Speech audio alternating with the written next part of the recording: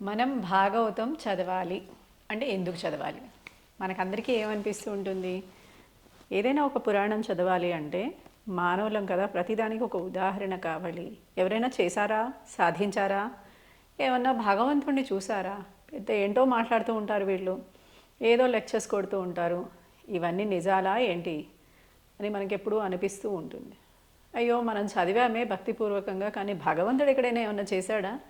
ఏదో నేను ఈ సమస్య గురించి అనుకుంటున్నాను, కానీ ఆయన ఈ సమస్యలో ఏమీ చేయలేదే అనిపిస్తూ ఉంటుంది.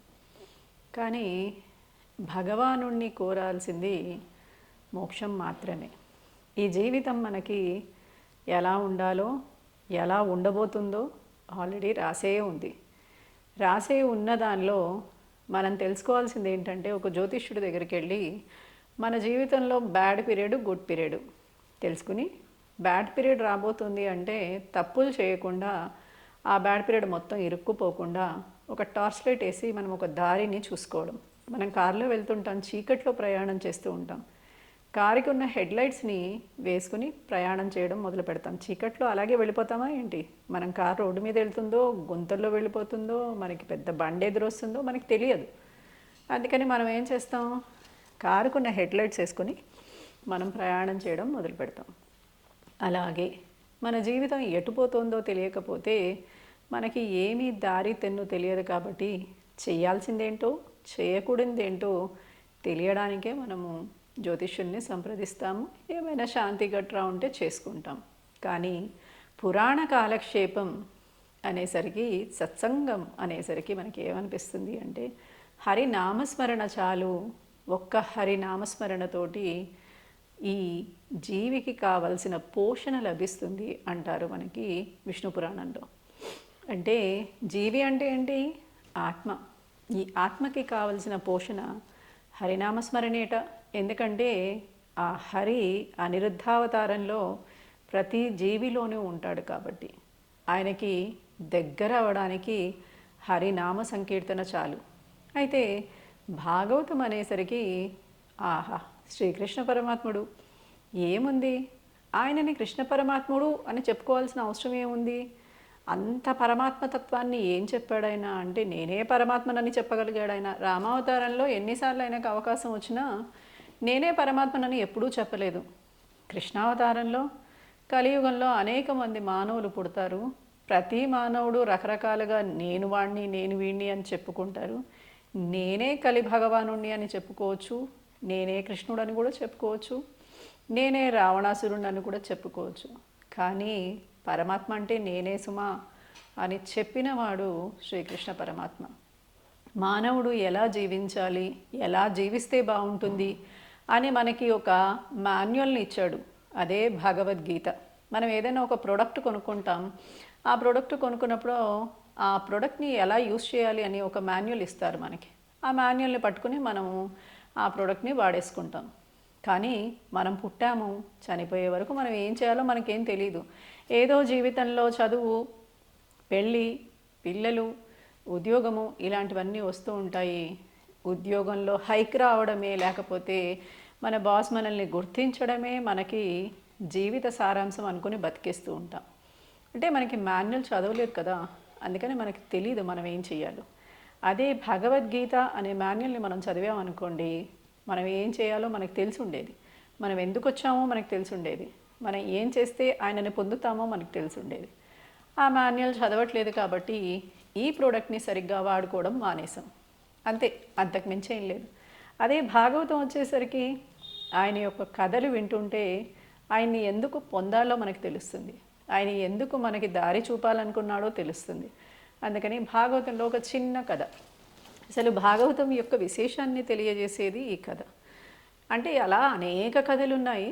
అందులో నాకు బాగా నచ్చిన కథ ఇది. దదిబాండన్ అనే ఒక అతను 85 ఏళ్ల వయసువాడు. ఆయన పెరుగు, పాలు, వెన్న అమ్ముకుంటూ ఉండేవాడు. 85 ఏళ్ల వయసులో కూడా కష్టపడి జీవనం సాగించేవాడు. ఎవరైనా నాకు తిండి పెడతారా అని ఎక్కడా బిచ్చగాళ్లాగా బిచ్చమెత్తుకునేవాడు కాదు. ఈయన మథురకి దగ్గరలో ఒక ఊర్లో నివసిస్తూ, అక్కడి నుంచి ఒక 7 కిలోమీటర్ల నుంచి 8 కిలోమీటర్ల వరకు నడిచి వెళ్ళి పాలు పెరుగు వెన్న అమ్ముకుని వచ్చేవాడు మధురలో. ఇలా రోజులు సాగిపోతున్నాయి. రోజు అమ్మి తీసుకొని రావడం, వచ్చిన ధనంతో తన జీవనం సాగించడం, తన పిల్లల పోషణని చూసుకోవడం చేస్తూ ఉండేవాడు. ఇలా కొన్ని సంవత్సరాలు గడిచిన తర్వాత ఆయనకి ఒక 3 నెలల బాలుడు, ఎక్కడైనా 3 నెలల బాలుడు తల్లి ఒడిలోంచి బయటికి దిగి పాక్కుంటూ ఆడుకుంటూ కనిపిస్తాడా? ఈయనకి మాత్రం 3 నెలల బాలుడు పాక్కుంటూ చక్కగా నవ్వుతూ కనిపించాట. అంతే, కృష్ణమాయ. ఆయనను చూడడమే ఆలస్యం. ఈయనకి ఒక మాయ ఆవరించింది, ఒక ఆకర్షణ. వెంటనే వెళ్ళి ఆయన దగ్గర ఉన్న వెన్న, ఉసిరికాయ అంత వెన్న తీసుకుని ఆయన చేతిలో పెట్టి ఆయనతో నాకిచ్చట. అలా ఆ రోజు నాకించాడు. ఆ రోజు వ్యాపారం చాలా బాగా అయింది. మళ్ళీ తెల్లారే 7 గంటలకి అక్కడే కనిపించాడు ఆయన. మళ్ళీ వెళ్ళి ఆయన ఉసిరికాయ అంత వెన్న పెట్టాట. ఆయన హాయిగా నాకేశాడు ఆ వెన్న కూడా. అలా రోజు పెడుతూ ఉంటే ఈయనకేం తెలిసింది అంటే, ఆహా, ఈ అబ్బాయి ఎవరో కానీ చక్కగా ఉన్నాడు, ఇతనికి పెట్టడం వల్ల నా వ్యాపారం 10ంతలు సాగుతోంది, నాకు చక్కటి ఆదాయం వస్తుంది, హాయిగా ఉంది అనుకున్నట్ట. పొద్దున్నుంచి రాత్రి దాకా అమ్ముకుంటే కూడా అమ్ముడుపోని సరుకంతా మధ్యాహ్నానికల్లా అమ్ముడుపోతుంది. హాయిగా ఇంటికి వచ్చి రెస్ట్ తీసుకునే అవకాశం కూడా లభిస్తుందిట. అలా రోజు సంవత్సరాలు గడుస్తుంది. సంవత్సరం గడిచింది, ఒక సంవత్సర కాలం గడిచింది. ఇలా రోజు ఆయనకి పెడుతూ వస్తున్నాడు. సంవత్సరం అంటే పూర్తిగా సంవత్సరం కాదు సుమి, 9 నెలల కాలం గడిచింది. ఈ 9 నెలల కాలంలో రోజు ఈయన దినచర్య ఏంటంటే, పాలు పెరుగు వెన్న తీసుకురావడం, వెన్న కృష్ణ పరమాత్ముడికి పెట్టడం, ఆ బాలుడికి పెట్టడం, ఆ బాలుడికి పెట్టి ఆ బాలుడు తిన్నాడని ఆనందించడం, తర్వాత ఈయన సరుకంతా చక్కగా అమ్ముడుపోవడం, ధనం రావడం, ఆ ధనం తీసుకుని ఇంటికి వెళ్ళి ఆ ధనాన్ని ఇంట్లో ఇచ్చేయడం. ఇలా ప్రతిరోజు సాగిపోతుంది. 9 నెలల కాలం గడిచింది. ఒకరోజు ఇలాగే అంతా అమ్ముతూ ఏంటి నా జీవితం ఏంటి అని ఆయనకు ఒకసారి ఇంటికి వచ్చే సమయంలో సాయంకాలం వచ్చి ఒక చెట్టు కింద కూర్చుని చింతతోటి ఆలోచిస్తున్నట్ట. ఏంటి, 85 ఏళ్ల వయసు వాడిని నేను, నా పిల్లలు కానీ నేను ఎప్పటి నుంచి పనిచేస్తున్నాను, 5 ఏళ్ల వయసు అప్పటి నుంచి పనిచేస్తున్నాను, ఇదే నా వృత్తి. దీన్ని 5 సంవత్సరాల వయసు నుంచి చేస్తుంటే నా జీవితంలో నా కుటుంబ సభ్యులు ఎవరు నాకు తోడొచ్చి ఇది మేము చేస్తాము అని అనలేదు. నా కడుపున పుట్టిన నా పిల్లలు కూడా, నాన్న ఈ పని ఇంకా చాలు, నువ్వు పెద్దవాడివి అయిపోయావు, నీకు మేము చక్కగా స్తంభాల్లాగా ఉంటాం అటు ఇటు, నువ్వు హాయిగా కూర్చో, మేము పని చేస్తాం అని పిల్లలు అనలేదు. నన్ను కూర్చోపెట్టి తిండి పెట్టినవాడే లేడు, నా సుఖాన్ని ఆలోచించిన వాడే లేడు, ఏమిటి నా జీవితం అని చాలా బాధపడుతున్నట్ట. ఇంతలో మన కృష్ణ పరమాత్ముడు సంవత్సర కాలం పూర్తి చేసుకున్నాడు. ఆయన వెంటనే పరిగెత్తుకుంటూ వచ్చి, ఆడుతూ పరిగెత్తుకుంటూ వచ్చి తాత అని చెప్పి మెడ చుట్టూ చేతులేసేట. అంతే. ఆ తాత పరిస్థితి ఎలా ఉంటుంది? పరమాత్ముడే చేతులు మెడ చుట్టూ వేశాక అంత దగ్గరగా వచ్చి నుంచుని అలా ఆలింగనం చేసుకున్నాక, ఆహా, అద్భుతం కదా. అంతే, ఆ తాత మైమర్చిపోయాట. తాత నువ్వు నన్ను రక్షించాలి తాత, నువ్వు నన్ను రక్షించాక తప్పదు అన్నట్ట.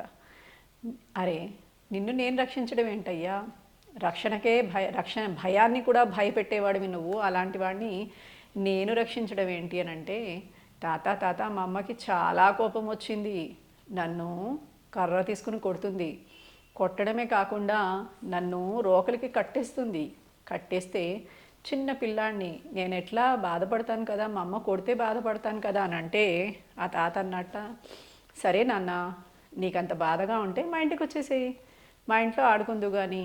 ఎందుకంటే ఈయనకి 9 నెలల నుంచి పెడుతూ ఈయనంటే ఈయనకి ఒక విధమైన మోహం వచ్చేసింది. ఆయన వాళ్ళ ఇంటికి తీసుకెళ్ళిపోవాలనిపించే అంత మోహం వచ్చింది. వెంటనే పరమాత్ముడు వస్తాడా అంత తేలిక? ఆయన వెంటనే చెప్పాట, లేదు తాత, నేను వచ్చి మీ ఇంట్లో ఉన్నాననుకో, మా అమ్మ మీ ఇంటికి ఎందుకు వెళ్ళావు అని కాళ్ళు ఇరగొడుతుంది, అందుకని నేను మీ ఇంటికి రాలేను అంటే, మరి నేను ఎక్కడ దాచిపెట్టాను నిన్ను అంటే, కుండలో దాచిపెట్టు తాత అంటే, నువ్వు చక్కగా రాజకుమారుడిలాగా ఉన్నావు, చక్కగా అందంగా బొద్దుగా ఉన్నావు, నువ్వు ఈ కుండలో ఎలా పడతావు, నువ్వు పట్టవు కదా, కుండలో ఎలా కూర్చోపెట్టాలి నిన్ను అన్నట్ట తాత. అంటే ఈ పిల్లాడేమన్నా ఊరుకుంటాడేంటి, మన కృష్ణ పరమాత్ముడు ఆయన అసలే ఊరుకోడు. ఆయన అన్నట్ట, అయ్యో కుండ చాలా పెద్దగా ఉంది తాత, నేను ఇంతకన్నా చిన్న రంధ్రాల్లో కూడా దూరగలిగిన వాడిని, ఎక్కడైనా దూరేస్తాను, నీకు తెలీదు అని అంటే వెంటనే ఆ తాత అన్నట్ట, సరే బాబు నీకు ఏ కుండ నచ్చితే ఆ కుండలో దూరు అంటే అన్నిటికన్నా చిన్న కుండ చూపించట, అది పెరుగు కుండ. ఇంతే ఉంది, ఆ కుండలో కూర్చుంటాను అన్నట్టు. ఈయన ఆ కుండలో ఎలా పడతావు అన్నట్టు అంతే అలా కూర్చుండిపోయాట. ఆయన కూర్చోవడమే కాకుండా లోపలికి వెళ్ళి పౌలించాడు కూడా. పాల కడలిలో పౌలించిన స్వామి ఎక్కడైనా పౌలిస్తాడేమో, అలా హాయిగా పౌలిస్తూ ఉన్నట్ట. వెంటనే ఈయనకు ఒక ఆలోచన వచ్చిందిట, ఏంటి ఈ బాలుడు ఎలాగ ఇంత చిన్న కుండలో పట్టాడు, ఎలా లోపలికి వెళ్ళి పవళించాడు ఈయన, అర్థం కాలేదుట ఈయనకి. ఆయన ఆలోచించి ఈ తాత అనుకున్నాడంట, బాగా యోగం తెలిసినవాడు అయి ఉండాలి, యోగీశ్వరుడు అయి ఉండాలి, లేదా పరమాత్ముడు అయినవాడు అయి ఉండాలి. పరమాత్ముడు అంటే ఆ హరియే అయి ఉంటాడు. అయితే పిలిచి చూద్దాం, కృష్ణ అన్నట్ల. నేను ఇక్కడే ఉన్నాను అని కుండలోంచి సమాధానం చెప్పేట.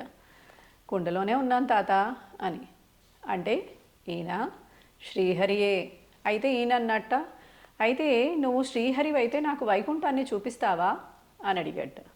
వైకుంఠాన్ని చూపిస్తావా అని అడగడం ఏంటి తాత, చూపిస్తాను, దాంట్లో ఏముంది, ఇన్ని రోజుల నుంచి నువ్వు నన్ను ఎప్పుడూ అడగలేదెందుకు, వైకుంఠమే కదా చూపించేస్తాను అన్నట్ట. అదేంటి ఆయనకి చిటికలో పని, ఎందుకంటే పరమాత్మ నిలయమే అది. కాబట్టి అనంగానే ఈయన ఆశ్చర్యపోయట. ఎప్పుడు చూపిస్తావు, ఎక్కడ చూపిస్తావు, ఏ సమయంలో చూపిస్తావు అని అడిగట. అప్పుడు ఇప్పుడు నక్షత్రాలు గణన కాలము ఇవన్నీ నీకెందుకు తాత, ఇప్పుడు అడిగావు ఇప్పుడే చూపించేస్తాను.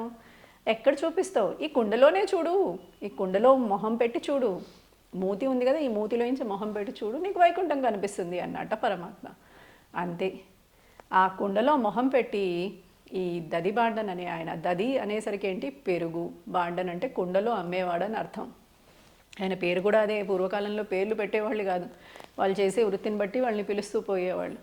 ఈయన కుండలో మొహం పెట్టి చూస్తే ఏముంది, ఆహా, పాల కడలి ఆదిశేషుడి పైన శయనించి ఉన్న ఆ కృష్ణ పరమాత్ముడు, ముగ్గురు దేవేరులు, నిత్య సూరులు, ఆహా, ఆయనకి సేవ చేస్తూ కనిపించారంట. అంతే, తాతకి మోక్షం ఇచ్చేశాడు పరమాత్మ.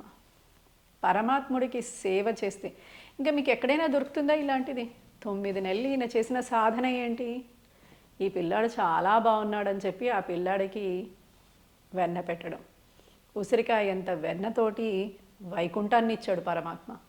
అలాంటి కృష్ణ పరమాత్ముడికి సంబంధించిన కథల్ని కానీ గాథల్ని కానీ భాగవతం చదివినప్పుడు మనం తన్మయత్వం చెందకపోవడం కానీ అది మనలో ఉన్న లోపమే కానీ పరమాత్మలో ఉన్న లోపమా? ఆ పరమాత్మని పొందడానికి చేసే సాధనే భాగవత సప్తాహాలు. భాగవతాన్ని వినండి, తరించండి, చదవండి, మోక్షం పొందండి. మళ్ళీ కొత్త వీడియోతో కలుద్దాం. జయ లక్ష్మీనారాయణ.